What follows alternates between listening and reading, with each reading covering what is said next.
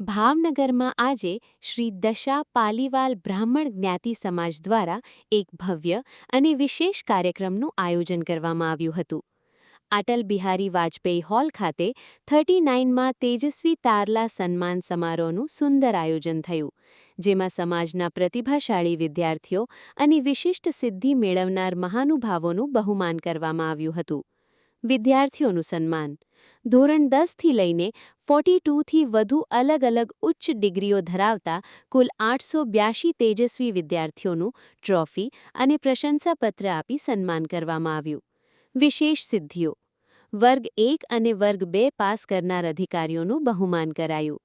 અમેરિકાની California યુનિવર્સિટીમાંથી પીએચડીની degree મેળવનાર ભટ્ટ મૌલિક ચુનીલાલભાઈનું ખાસ સન્માન કરવામાં આવ્યું. સમાજમાંથી પ્રથમ વખત જિલ્લા પંચાયત પ્રમુખ બનવાની સિદ્ધિ મેળવનાર અશોકભાઈ લાદવાનું પણ જ્ઞાતિ ગૌરવ તરીકે વિશેષ બહુમાન થયું. આ કાર્યક્રમમાં પરમ પૂજ્ય સીતારામ બાપુ, સંતગણ તેમજ રાજકીય અને સામાજિક ક્ષેત્રના અગ્રણીઓની ખાસ ઉપસ્થિતિ રહી હતી.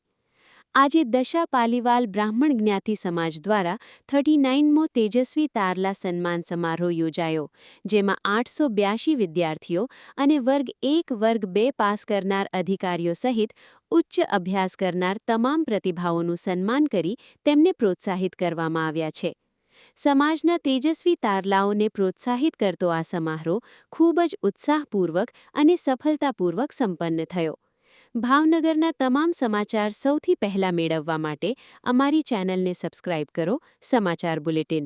રિપોર્ટર હિરેન મારુ, ભાવનગર. ઓકે, પહેલા આપનું નામ નોંધ. રાજેશ પંડ્યા.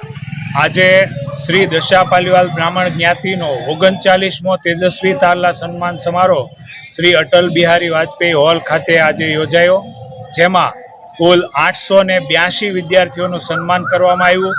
કુલ 42 પ્રકારની ડિગ્રી ધરાવતા વિદ્યાર્થીઓની જુદી જુદી ડિગ્રી ધરાવતા વિદ્યાર્થીઓનું સન્માન કરવામાં આવ્યું, જેમાં ક્લાસ 1 અને ક્લાસ 2 પાસ કરેલા અધિકારીઓનું પણ સન્માન કરવામાં આવ્યું. અમેરિકાની કેલિફોર્નિયામાં યુનિવર્સિટીમાં પીએચડીની ડિગ્રી મેળવેલ ભટ્ટ મૌલિક ચુનીલાલભાઈનું પણ સન્માન કરવામાં આવ્યું. ધોરણ 10થી લઈ અને જુદી જુદી 42 ડિગ્રીઓનું સન્માન કરવામાં આવ્યું. જ્ઞાતિના પ્રથમ વાર જિલ્લા પંચાયતમાં જેમને પ્રમુખ બનવાની તક મળી એવા અશોકભાઈ લાદવાનું પણ સન્માન કરવામાં આવ્યું. પરમ પૂજ્ય સીતારામ બાપુ તથા સીતારામ બાપુ અને અન્ય સંતગણ તેમજ રાજકીય અને સામાજિક મહાનુભાવોની હાજરીમાં આ વિદ્યાર્થીઓનું સન્માન કરવામાં આવ્યું.